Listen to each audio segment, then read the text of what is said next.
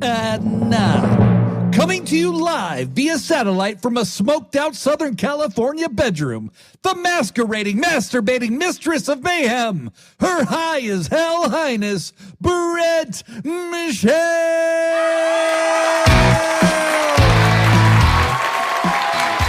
Yes, hello.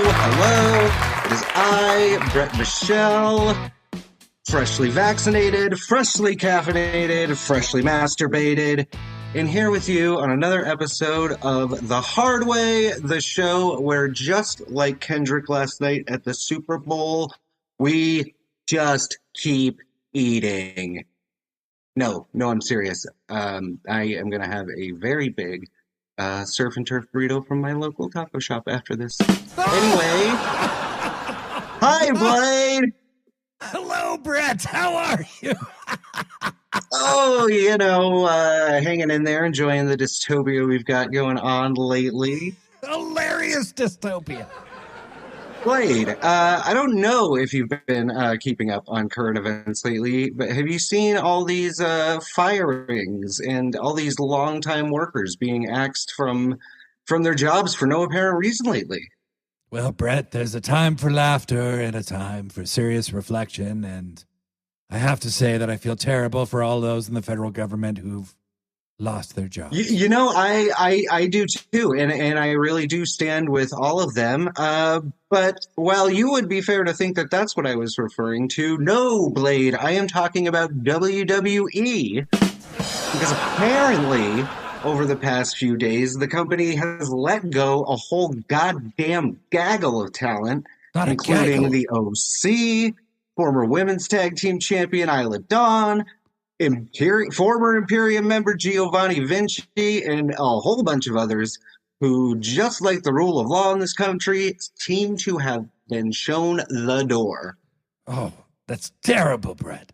Terrible. Absolutely astonishingly terrible. I had no idea that I would... Okay, shut up now.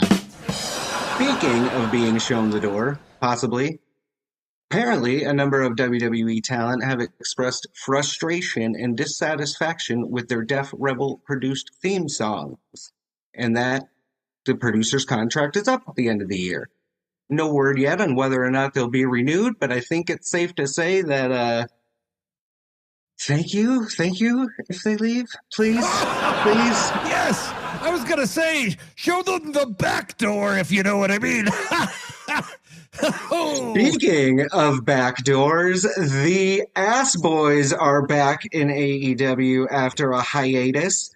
A hiatus? Anyway, that's right. Zing! The Guns are back, and I am happy to report that, unlike WWE, the Ass Boys still have a theme song that is a bipper, a bopper, a banger, and a whole ass jammer. I fucking love that song. Welcome back. A bippity boppity bipper. Yes. What the fuck was that? Also in wrestling news, the Hulkster continues to flub and flounder through excuses as to why he was booed on the Netflix premiere of Raw. Because apparently in 2025, platforming terrible people and allowing them to try and excuse their hate is totally fucking normal, right? Ah! Wait, is that funny? Anyway, speaking of puppets, hey Blade, did you see the newest All Elite signing? No, I can't say that I have, Brett. Well, Muppet Monet is All Elite, and Harley Cameron indeed wins all of the things. For real, Harley Cameron is a national treasure, a global treasure, and we wish her a long, prosperous career. Lovely woman, yes. Anyway, shit's fucking crazy out there, y'all. Brody King's burying Nazis on the internet, and I saw a video of an Eagles fan walking away from the Super Bowl with a whole ass entire stop signal. So we're going to take a break from that crazy shit and get into some fun crazy shit. We have a great show today. We're going to talk about music's role in pro wrestling, and we're going to do it with some real delightful sickos. When we come back, stick around. We'll be back, folks.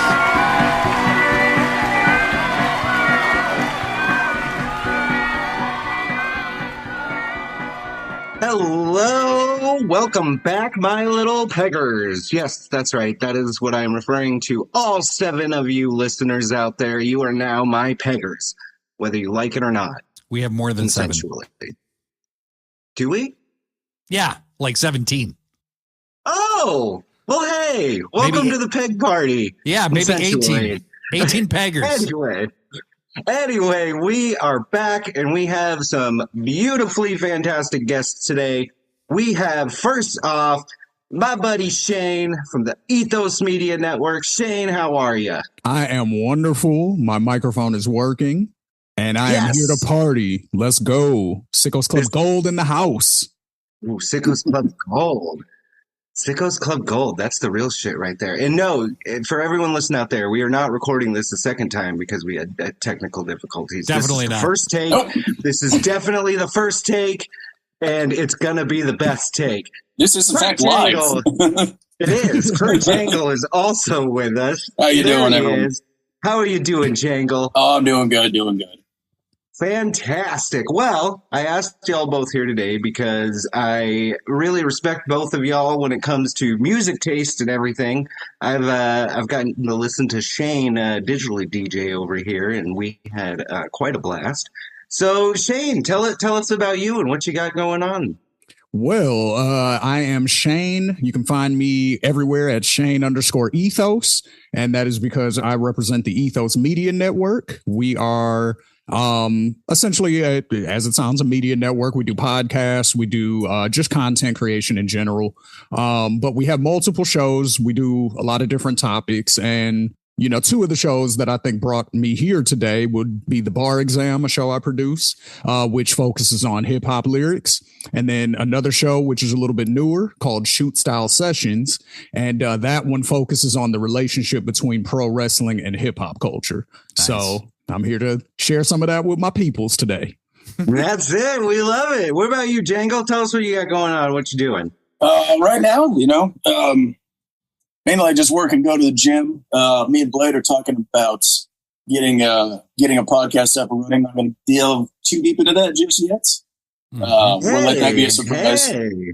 But I like the sound of that. Oh yeah. We got a tasty little idea brewing. So Ooh, well, I can't wait to see that happen. Well, let me ask you. I'm sorry. What was that? I was going to say keep a lookout for that, and then find me Kurt Jangle on anywhere that you find a Kurt Jangle. Just type it in Netscape Navigator, and you can find me. Netscape Navigator. Yeah, you got to go old school. Yeah.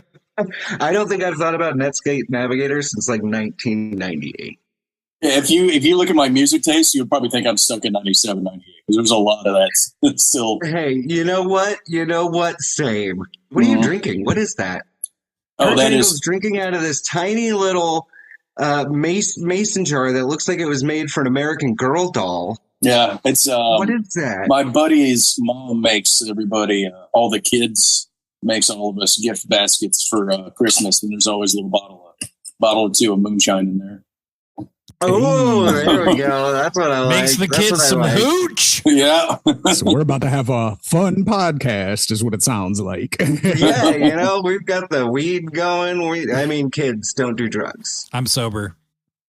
I went through DARE as a child. I think we all did. I think we're all. Dare's now. what kept me sober. I've never drank or done drugs in my life. Okay, Phil. That's a lie. Yeah, no, I have a Pepsi tattoo on my ass. You guys want to see it? What Mama don't know won't hurt her. Okay. Jangle, let me ask you, my friend. Yeah. What when it comes to pro wrestling, what do you think makes a good entrance theme? A good entrance theme. It needs to say something about the character. Audio wise, you need a stinger. You need a quick hit right at the front to let everybody know, like, hey, this is happening. Yeah, exactly like that, but not as Awesome. That's a word for it. Not what I was going to pick, but that is a word for it.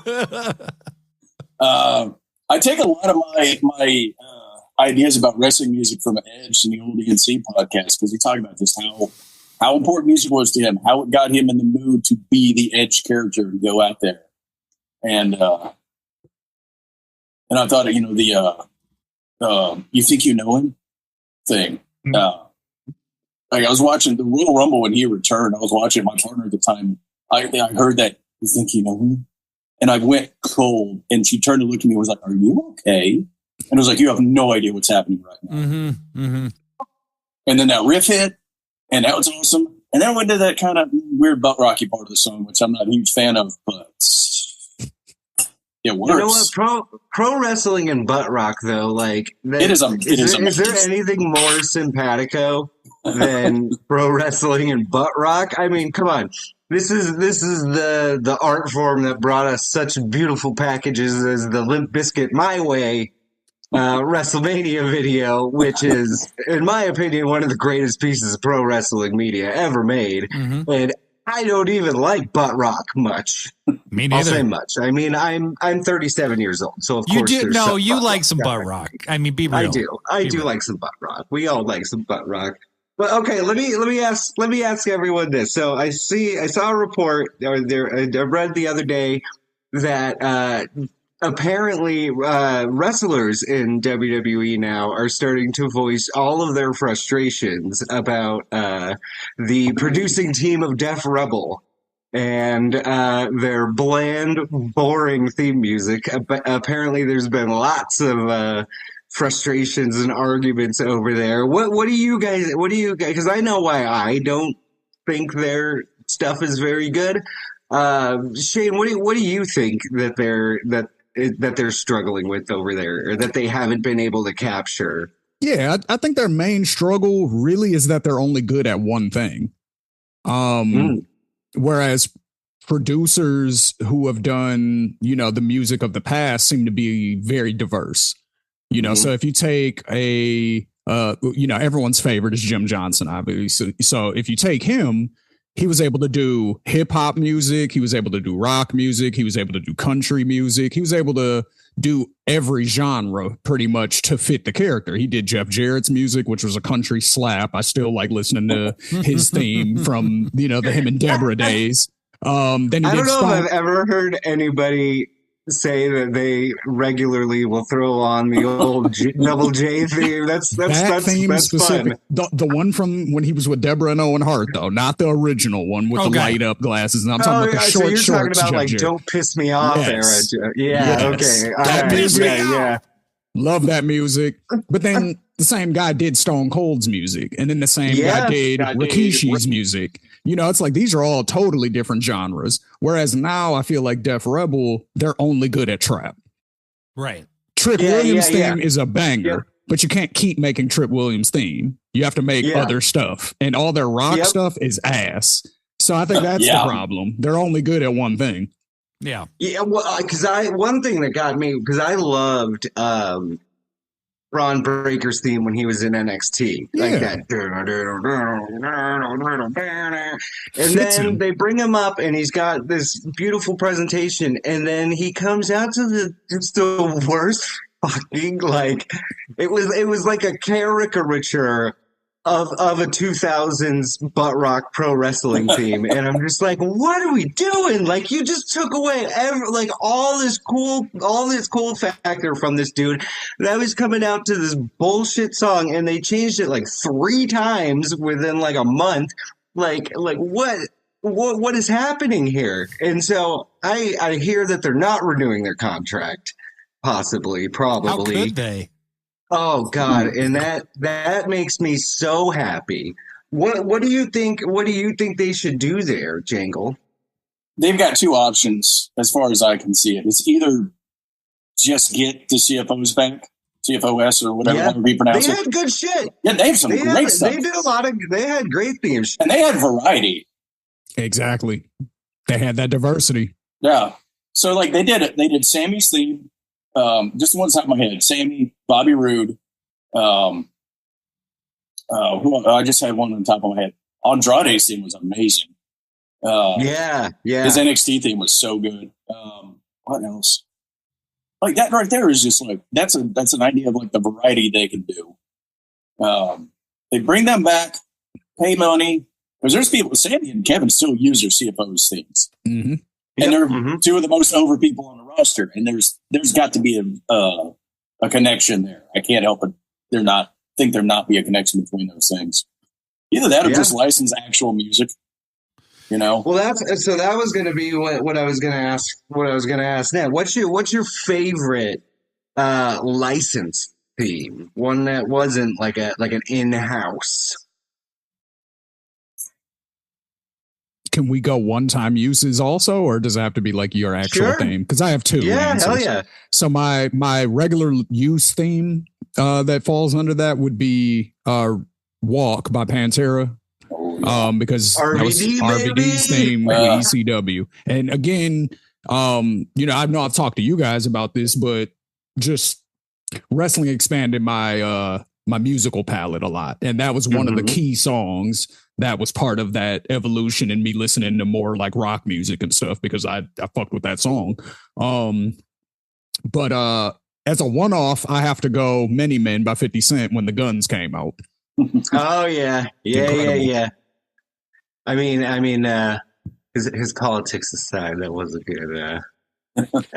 Hey, he's the one guy I will forever give an exception to, only because we have the same birthday. So, you know. Oh, that's so adorable.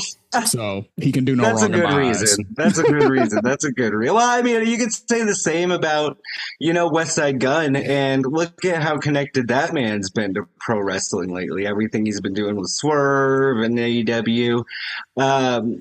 I had a friend get me super into him and all that Griselda crew.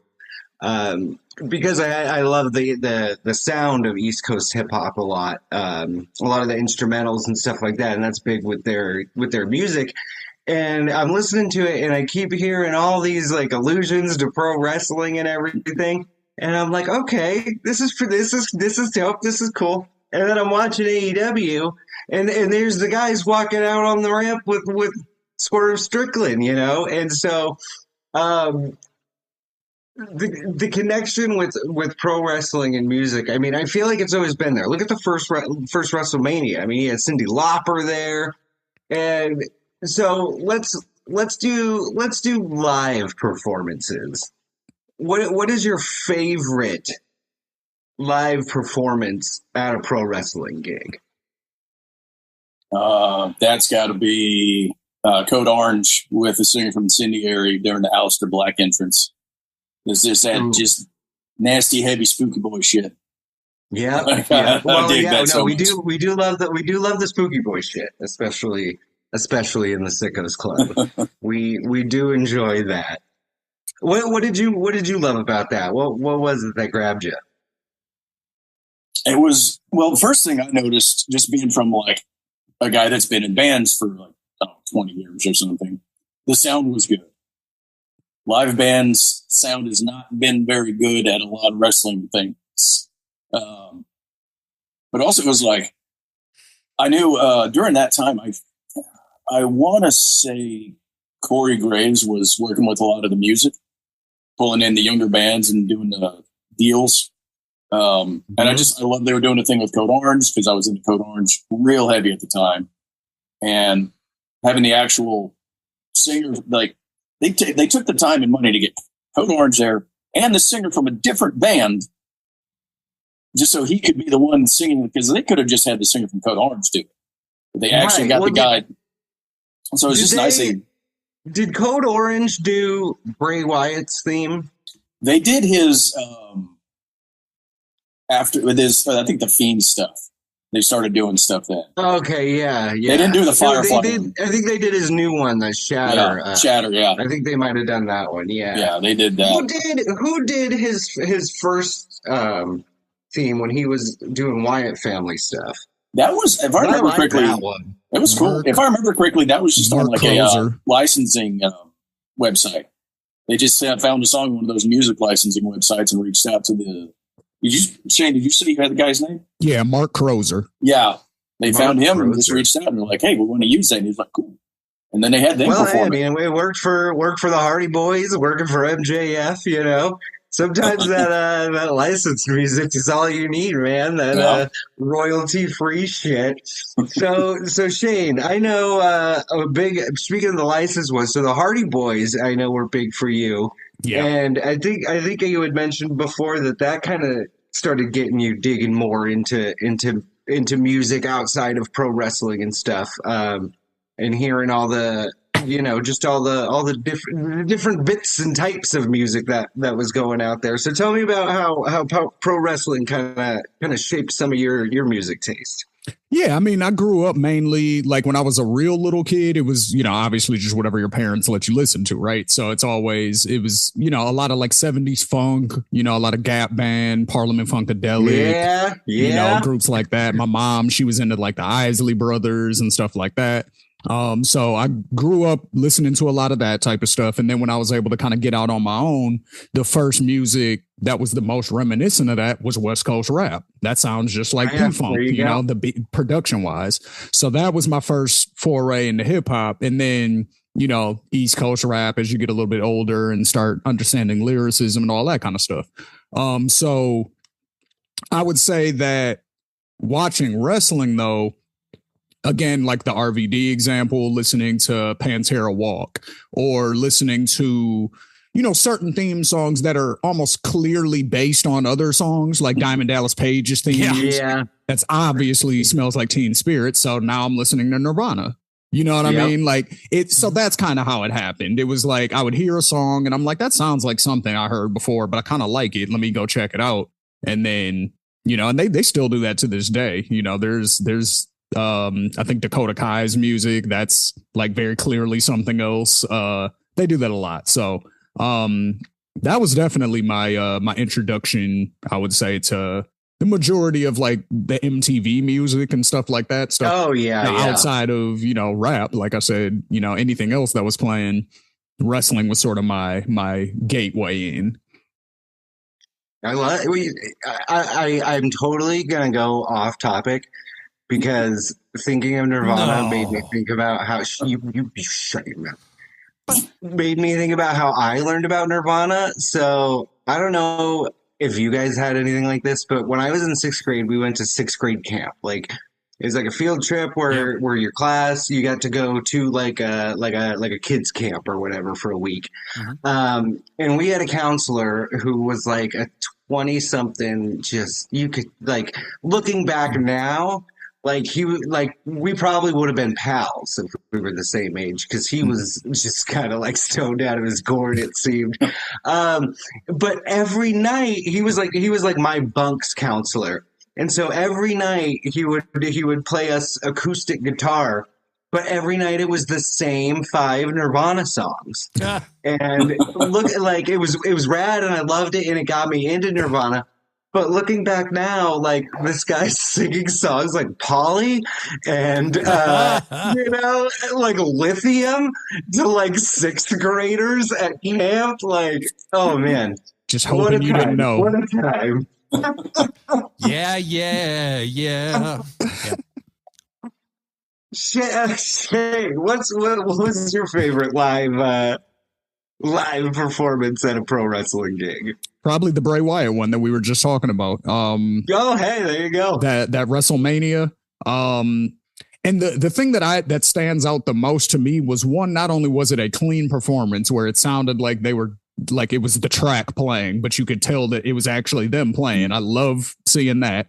But 2, when Bray gets to the ring and he blows out the lamp and the band stops, that was amazing. Like they timed that perfectly. So that stands out to me as the number one. But I will give an honorable mention to the violinist who played Shinsuke to the ring. That was cool. That was cool. That was really cool. Yeah, that was really cool. So that's my honorable mention. I'm a piece of shit who likes when things are not good. So I think my favorite is always going to be when Triple H came out and Motorhead was playing live. And while Triple H is up there trying to look badass and Conan the Barbarian-y, Lemmy is just forgetting every fucking word of the song. And so he just keeps like repeating the time to play the game like over and over. It's one of the funniest fucking things I've ever seen in my life, and to this day, like I still will put it on sometimes, like just to put a little snug in my heart, you know. It's good shit. My favorite. Nobody asked. My favorite is DX, the DX theme. Oh yeah. Did these guys also? Did they not attempt to do the national anthem at one point? Yeah, I believe that. so. Yeah, it was absolutely terrible in every conceivable way. I would love to say that these guys were having sound issues and couldn't hear themselves. I don't think that was it. It was just bad. It was just really, really bad. Also, the first time, honorable mention, Fozzy was on Raw, like way back in 2003 or 4, and it was horrible. Horrible. They're not good live. They used it as an angle. I feel like pro wrestling in live music, a lot of time, I mean, not so much recently, but when we were younger, you know, especially, I feel like most of them kind of sucked. It's true. Most of them were not good. I mean, like you were saying, like the audio was usually pretty bad. Like it was just not good. But I do agree that DX, I mean, the Jim Johnson Rage Against the Machine light band. That was a train wreck a little bit. Well, they finally figured out, they're like, we got to stop having Harvey Whippleman set up the sound, guys. We actually got to hire somebody to do this. I have a question for you guys. Do you guys remember super early in Farouk's Nation run when he had those two white guys that would come out rapping with him? No, I don't remember that. Really? I want to remember it, though. Oh, man. I have to look this up for you, but wow. I highly encourage you all to watch it. There was these two white guys that used to walk Farouk to the ring, and it was the regular Nation of Domination music, the normal music that we know and love. Was it PG-13? Was it like JC Ice? Yes. Oh, yes. shit. Yes. I do not remember this at all. No, two guys, because they used to wrestle too. I want to say for like Smoky Mountain or something like that. Right. What years was this? This is like 95, 94. 95. 96. Oh, okay. It would have to be 96 or later. Yeah. So it'd probably be 96 or 97. 97 was when I started watching. You know why I know this is because I was actually at the Raw where Farouk made his very first appearance in WWF. When he attacked Ahmed Johnson as the gladiator guy. And he was managed by Sonny. Yeah. He was managed by Sonny. 2 weeks. Yes. I'm glad you brought that up, Blade, because I've been meaning to ask how your AARP membership was going. It's going pretty good. Wait a minute. Are you? Oh, that was you're joking about me being old again. How about that Mr. Ass theme song? God damn. Yeah. Back when it was conceived in 1400 BC. Can we talk about the Mr. Ass theme for a minute? Just because we all know how I feel about Billy Gunn. Hi, Billy. Yeah. Probably one of the greatest wrestling theme songs ever created. Mm-hmm. You have this Adonis chiseled man in his lime green tights with his little lipstick kisses all over it. Walking to the ring to this the instrumental sounds like it should be like almost the opening to fucking Roseanne a little bit, but with such delicious lyrics as I love to kick 'em, I love to stick 'em, I'm an ass man. He says so. I'm looking at the lyrics right now. Of course you are. I love to love 'em. I love to kick 'em. I love to shove 'em. I love to stick 'em. Love to flaunt 'em. Love to watch 'em. I love to pick 'em. And I'm going to kick 'em because I'm an ass man. But this is where I've always been like a little, what does he mean when he says pick 'em? So like pick 'em? It rhymed with stick 'em. The childish person in me was like, they're walking around literally picking at people's butts. Like putting fingers in there. Like picking a nose. Right. Like a Thursday night. Got your butt. Brett Michelle. Right. Yeah. essentially, what I would picture goes on in an average Thursday night. Okay. And then the other side of me was like, you're walking through the mall and you're being a misogynist and you're like, ooh, look at that ass. And you're picking them out. Like, look at that ass. Hey, buddy. This guy worked for Vince never went that deep McMahon. with it. It definitely means just putting a finger in his own butt, probably. That's the way funnier version. Yeah. This guy worked for Vince McMahon. That's what it You know means. who we haven't talked about yet, though? Good point. The other Jim is Jimmy Hart. That's right. Yeah. Let's talk about some Jimmy Hart theme songs. Eat Your Heart Out, Rick Springfield. Okay. I got a couple to throw out there. I do believe that Jimmy Hart wrote the Big Boss Man's theme. That would be correct. If you ever take a trip down to Cobb County, Georgia. Hey, that's Boss Man's okay. So when Boss Man actually became like late Attitude Era Boss Man, when he switched to like the black garb and all that shit, SWAT Man. That theme song was pretty badass. Yeah. Like that was to me. That was another one of the we were. Oh wait, no, because this is the first time we recorded this, so we didn't talk about this. But like Johnston had there was a group of songs that he did. It was like Stone Cold's theme, Ken Shamrock's theme, anything Mick Foley did in that Boss Man theme. Even Hardcore Holly's theme song. Dan Severn's kind of fits in that. Yeah. They all had that same kind of sound and vibe to it, but you could feel the different character in the way the riff was played almost. You know what I mean? Yeah. Like with Boss Man or the Ken Shamrock, it was that real cold kind of stiff sound. And then when you had someone like Foley, it was almost like the same riff, but with just a little more bounce in it, a little more je ne vis, and it changed the whole kind of sound and vibe of the character to me anyway. I can give you a perfect example of that, actually. Razor Ramon's theme song is the exact same as Stone Cold Steve Austin's. There's no difference. It's just that one is the bass line playing the melody and the other one is the guitar. It's the exact same. Yeah, well, I was going to say the Rock's theme and Mr. McMahon's theme are almost the same thing. The bass line is slightly different on both, but it's the exact same 90s white boy groove that he did on like a million different things. Like them putting all these themes on Spotify the last few years or last 10 years or so. If you go back, it starts to sound very samey. You can pick out stuff, especially as musicians. All four of us are in music. So I notice it like a lot, like, he would draw from a template, one of, because you would have to, right? You would have to. Yeah. Well, one thing I dug, I actually listened to, it was a podcast or YouTube, I forget what it was a while ago. And it was, like going through the evolution of different theme songs.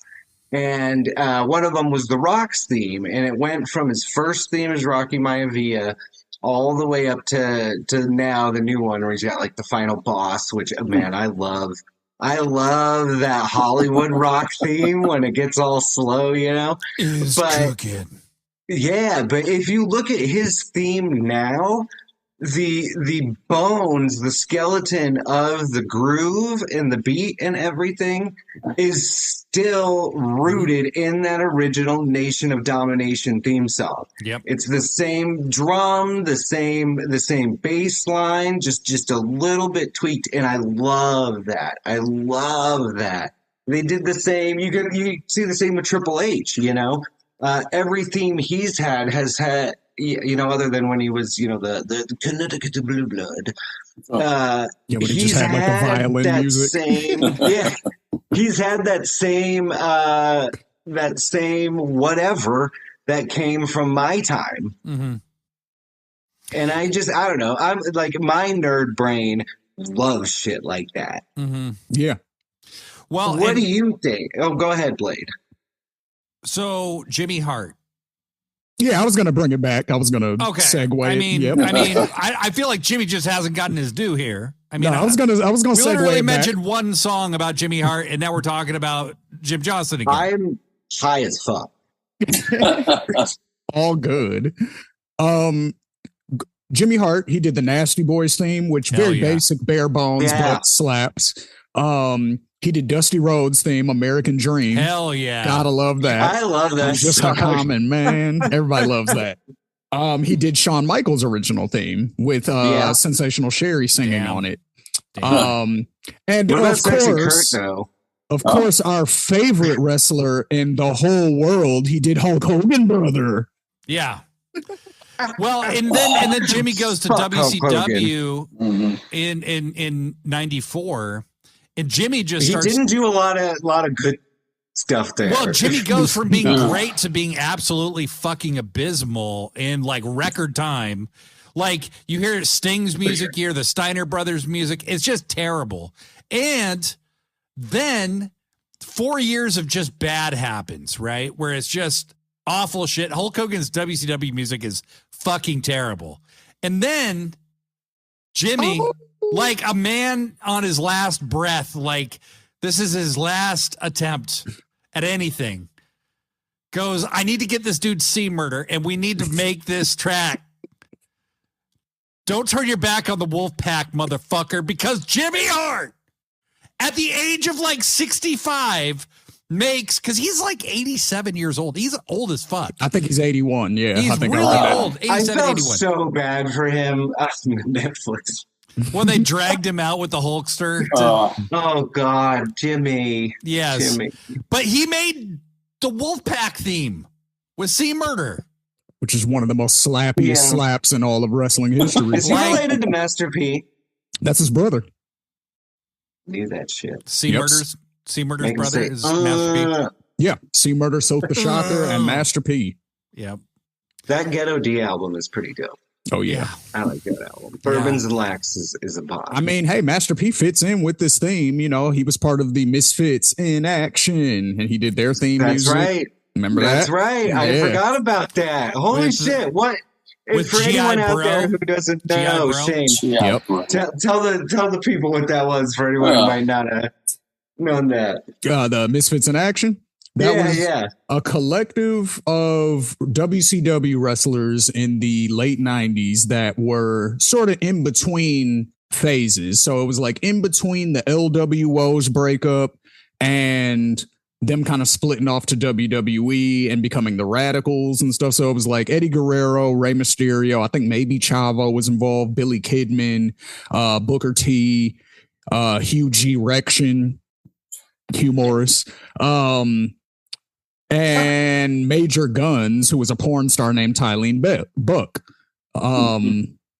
What's up, Tylene Book? Well, I think you have two factions in there. There was the Misfits in Action, which was like the military style gimmicks. Yeah. And that was like slightly after. But there was wasn't the that almost Filthy like Animals was Conan, Ray, and Conan, that's right. No. It was Conan, Ray, Their and Billy favorite. Kidman.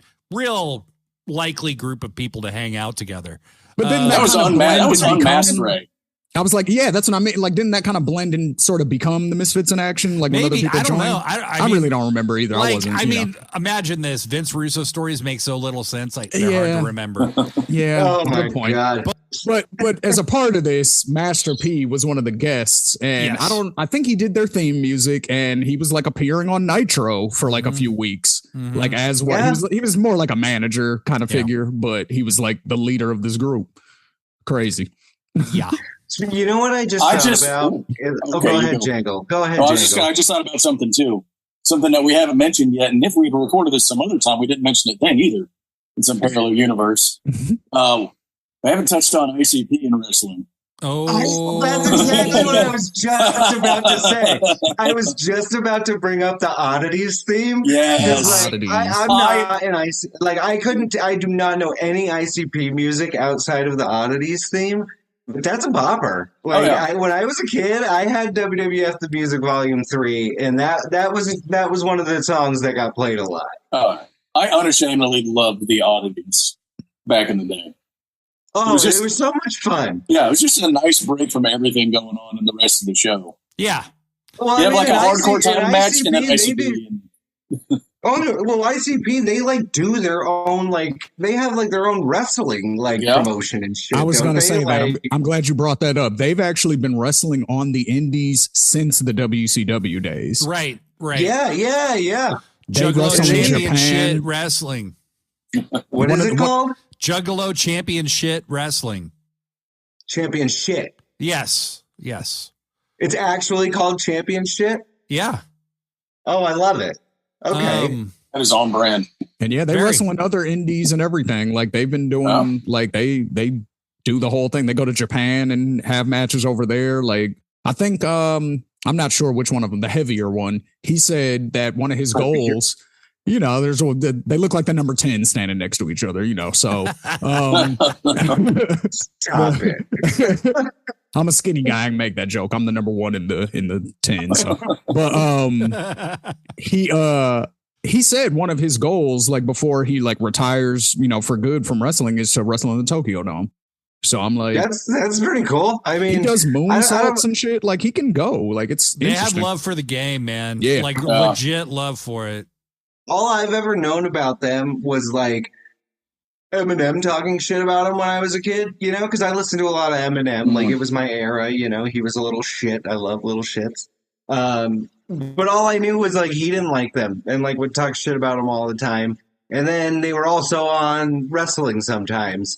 And I never dug any deeper than that, so I don't know any much about them. But like, they don't seem as bad as a lot of people. You know what I mean?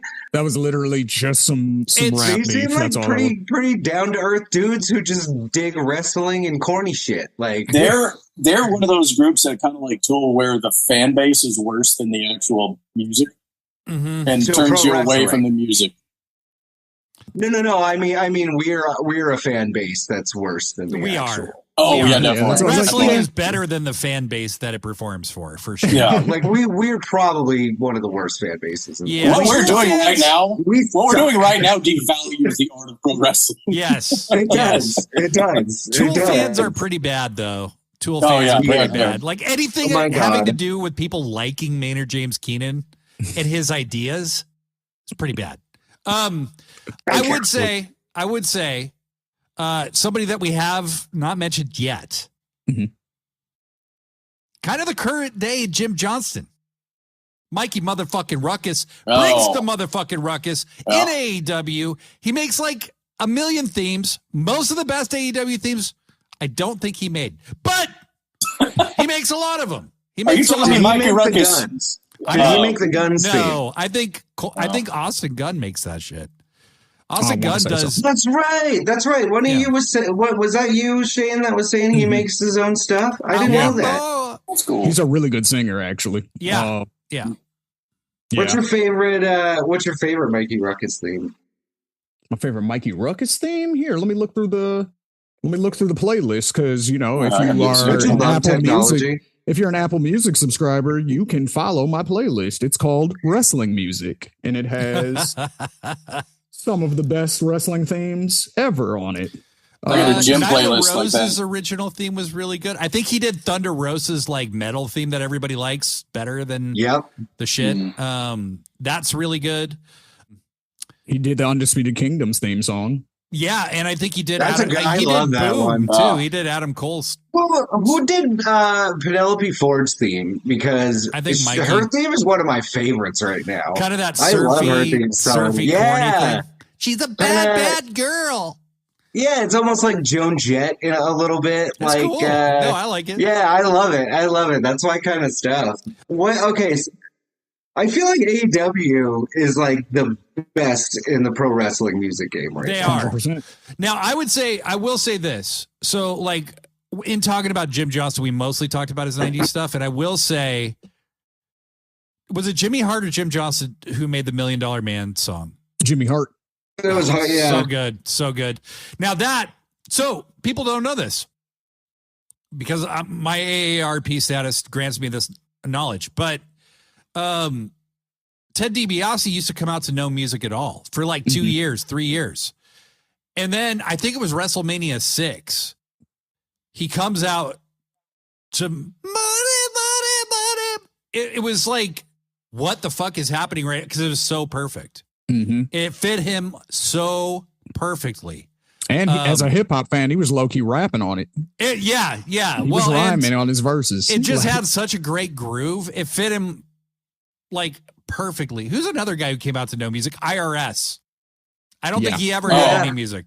What's his name about from that DIY? banging Right to Censor theme song? Dude, ruled.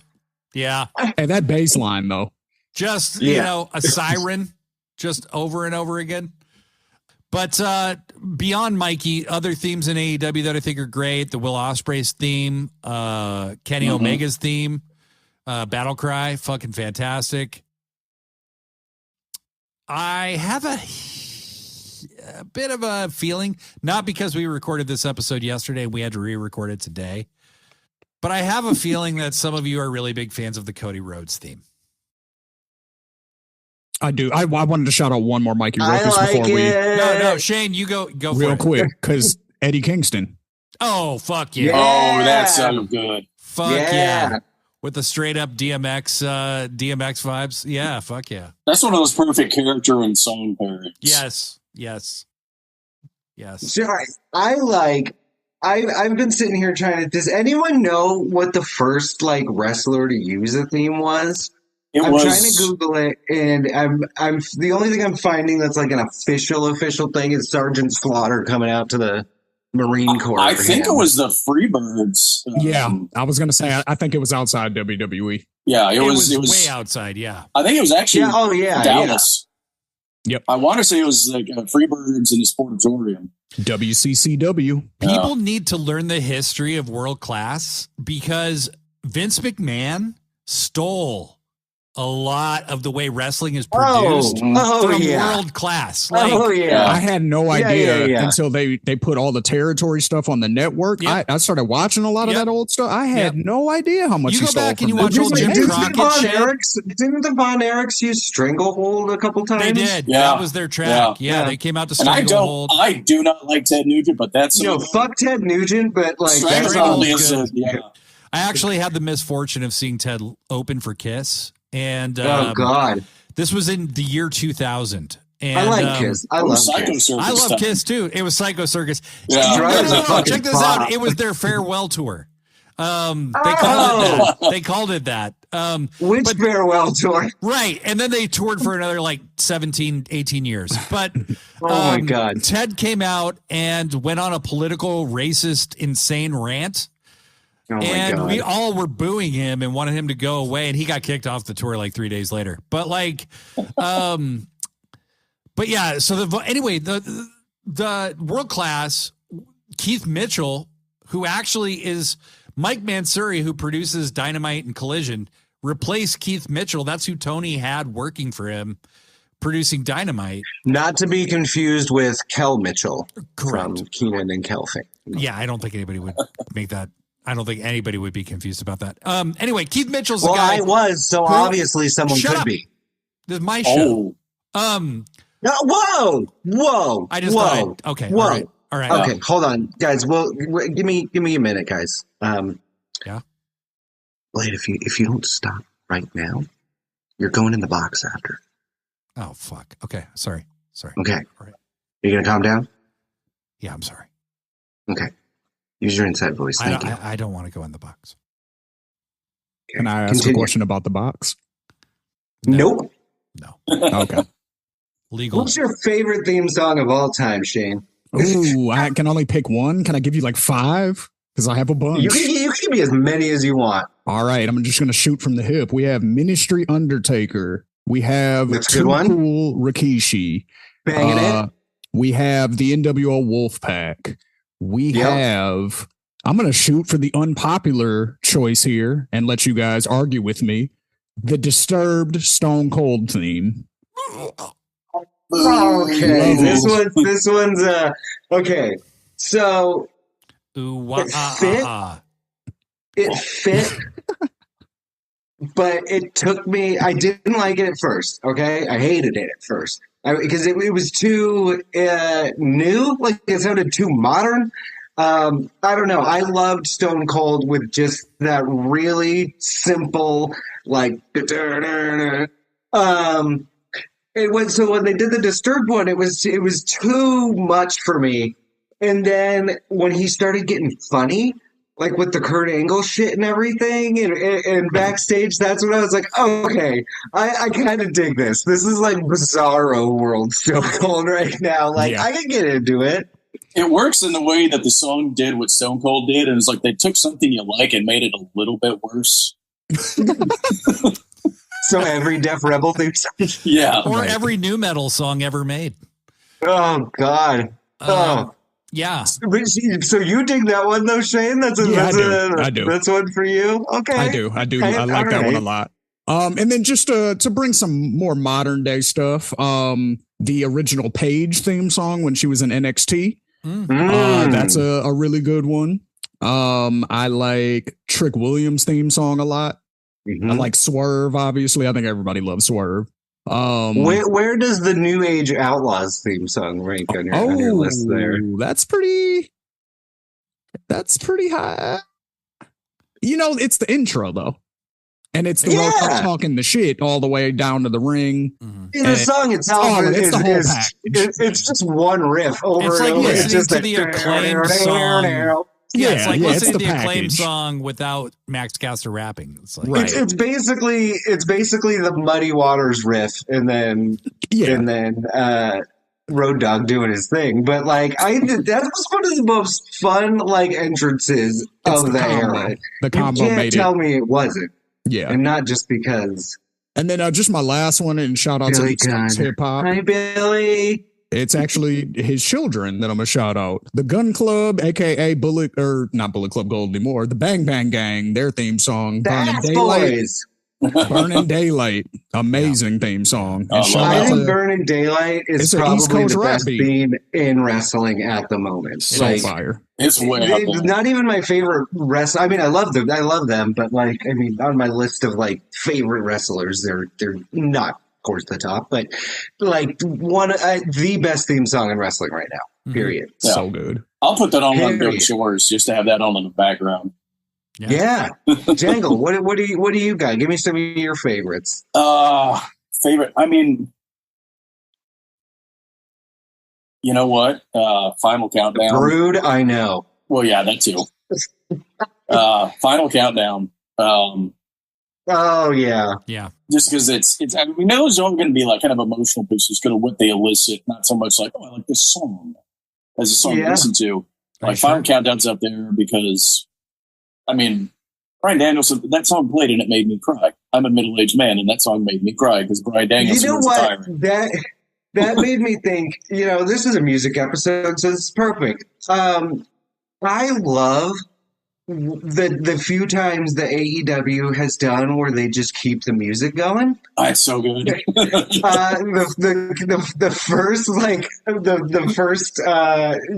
stadium. Stop playing that song. It's costing me $10,000 every time it plays. It just that first Anarchy in the Arena. It was so fun, and that is honestly the match that when people ask me, what sold you on AEW, it was that match. It was Eddie with the gas and everything, but the music just playing the whole time and just looping over and over was so good. And then when they did it again at the wrestle thing with Bryan Danielson and Mox with Final Countdown just going over and over while they're choking each other with the damn camera cables and everything. It was just I want more of that. I really hope that becomes like a staple. You know what I mean? And you could tell they were trying to get their money's worth because they don't usually do this in AEW, but they sweeten the mix a little bit so that song you came across on the broadcast, not just in the arena. Yeah. Yeah. No, we were talking about that in our minds when we didn't do the first tape. We definitely never recorded this before. That's correct. What was it about AEW? Because we were saying how sometimes you on the feed you can't hear the music probably as good as it sounds in the arena sometimes. But it depends on who almost. Like I'll hear Osprey's theme and it's I'm Oh, off that the just couch, cuts right there. you Yeah. know. But then I hear, someone else's and I'm like, wait a minute, I can barely make out like what the hell's I happening. can't hear anything, the new Hounds of Hell theme. I can never hear it when they play it.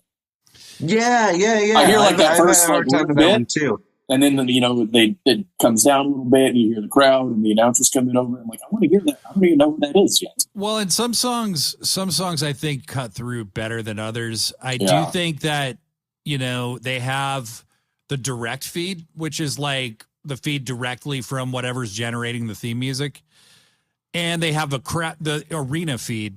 And some songs they need to bring that direct feed up louder so you can hear it better. WWE is like, this is shit that they do masterfully. Like this, I will say though, people say WWE is so much the biggest, best production. I actually don't agree at all. I think it sucks. I think a lot of it is way too over the top and corny. Just because you can do something doesn't mean you should do something. I like the rawness of AEW a lot of the time. Now when I watch WWE, I'm like, I think I'm going to have a fucking seizure. Like it's like too much. Like, I totally agree. Cause it's like, it sort of takes away from what wrestling is. Yeah, exactly. It's a punk rock wrestling show, Exactly. Yeah. It just takes away from what it is. Like wrestling is supposed to be sort of this, because it came from like the carnivals and stuff, so it's like there's a certain feel to it that when it gets too big, too commercialized, too pretty, too produced, that it loses some of that feel. And it's like, AEW does kind of remind me of what I used to watch wrestling for, whereas WWE is like, it's a new thing. You know what I think? That just put a thought into my head about it. And this doesn't have to do with music, but it's kind of, what I've been struggling with lately as a wrestling fan is, I've been really turned off by how big WWE has kind of trying to get themselves in presentation and everything. And I think the problem that I'm having is like they're almost going so over the top and highly produced and polished with everything that I don't feel like I'm watching a wrestling show anymore. I feel like I'm watching Marvel presents a wrestling show, and it doesn't feel like it's grounded in reality anymore. It feels like when I watch it, I feel like I'm watching characters, I feel like I'm watching a television show, which, we're not dumb. We're not we know that's what wrestling is, but for me, like the reason I prefer, an AEW right now is it still feels grounded in reality. Like even when you have someone like the Beast Mordos come out, the production is still raw enough that I'll buy that there's a fucking Minotaur fighting this dude right now, but I don't feel like I'm watching some Captain America does wrestling. You know what I mean? It still feels like it's tethered to some kind of a real world. See, I think so. Like to me, like that Cody Roman promo that they did in that killed me. That was what turned me off. You're the one who pointed it out to me. Is like this feels like to me that felt like the CW. It felt like Riverdale. It because WWE's it was Dawson. Yeah, like the way these people talk though, like I can't call it Marvel because Marvel Affleck, Unabomber and Phantoms, has way more sophisticated dialogue than this. It feels like terrible dialogue, very well produced. And to me, that's, we were talking before we started rolling, like Shane and I were talking, like the reason the Bloodline felt so refreshing is because it's not written by the same people who write everything else.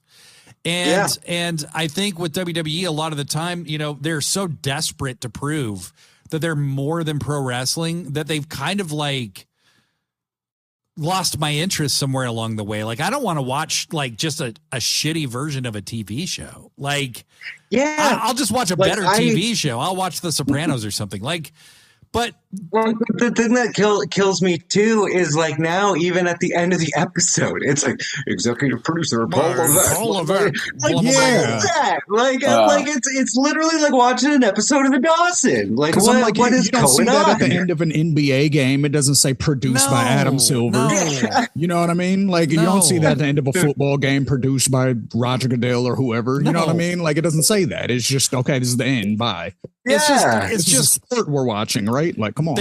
They also are determined to be nominated for an Emmy. And what I think would be so funny is if Tony Storm got nominated for an Emmy for real, and these motherfuckers before these motherfuckers, and watch the IWC go to Civil War mode all over again. It seems to be the season for that. So we're in Civil War season. That's for sure. Turn the TV off. So I was just going to say real quick, my favorite theme, because we're running out of time, is Brett, don't put me in the box, please. That's my favorite theme. Don't put me in the box.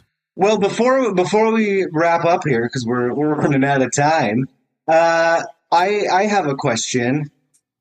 Don't put me in the Jane, box. Or Where Is My Mind? This is a conversation that I had in my mind yesterday. And when I was having this conversation, I couldn't remember which theme was which, but I remembered that I liked the grungy. Where Is My Mind is the grungy one. That's the one that I like the most. Why? Because defend your take. This is actually somewhere where me and Kurt differ a little bit. While I do appreciate a theme song that fits the character as much as possible, I'm a music guy first, so I just like the sound of songs. So I just prefer that sound. So even though I do agree that the other theme does fit his character a little bit more, I just prefer the sound of the original. So hey, I can dig it. What about you, Jangy? Actually, I prefer another place we're going to differ. I prefer Jane. It works for the character. It's just got a little more energy, and that's something we're seeing out of Orange Cassidy now. So I think the evolution into that theme is done wonders. 100%. I know that we had talked about the connect, like, because Jane coming from Wet Hot American Summer and so much of OC based and kind of that on that, but to me, Jane is the one for me. When I see OC in his Canadian tuxedo, he's got the white high tops on, the backpack, the sunglasses, just cool as a cucumber. Like when he comes out to Jane, like I picture him rolling up. Like right before the match starts, kind of like my boy Jack Perry in the Scapegoat Bus, But this is a like a 1983 Trans Am. One of the hubcaps is missing. It's a little rust colored, but it's still loud as hell. He pulls up, leaves the fucker running, comes out, Jefferson Starship. He kicks some ass, grabs your girlfriend, takes her into the Trans Am, and they're off for burgers before the night's over. I'm going to pick Jane because Brett picked that one, and that'll probably keep me out of the box. So, Jane. Stay out of the box that looks nothing like PAX box because I don't know anything about this box.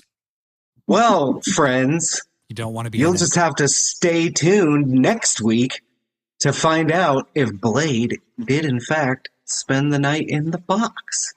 Jangle, Shane, I need you to plug your shit before we get out of here. So, Shane, tell us where we can find you. You can find me on Threads, on Instagram, and on YouTube. Shane_Ethos is all my social media stuff. So follow me there. And then on YouTube, we are Ethos Media Network. So you can find the bar exam, you can find shoot style sessions, you can find entreprenegros, and you can find politics as usual. And that is Ethos, Ethos, correct? That is correct. I can spell. Fantastic. Like a champ. I still have some brain cells. Jangle, where can we find you, bud? You can find me by typing in Kurt Jangle into your web browser and clicking send. I should be the only Kurt Jangle that appears. There is a retired, as I remember, there's a retired Olympic wrestler with a similar name. That is not me. Correct. Not to be confused. Not to be confused with this other guy, whoever he might be. Kurt Jangle. Not that American Zero. We've got the American Kyle here. Bangle. Yeah, Kyle Bangle. Yeah, Kyle Bangle. Yeah. Yeah. And you'll find me on Threads, Blue Sky, the usual places. I got a Twitch channel, which I haven't done a whole lot with, but I'll be starting to do happy hours with Kurt Jangle. It's me playing a chill game and hanging out, talking to people in chat. And then the pregame with Kurt Jangle, that's going to be a weekly wrap-up show about just wrestling, nerd culture, video games, comics, all that kind of fun stuff. Music, obviously.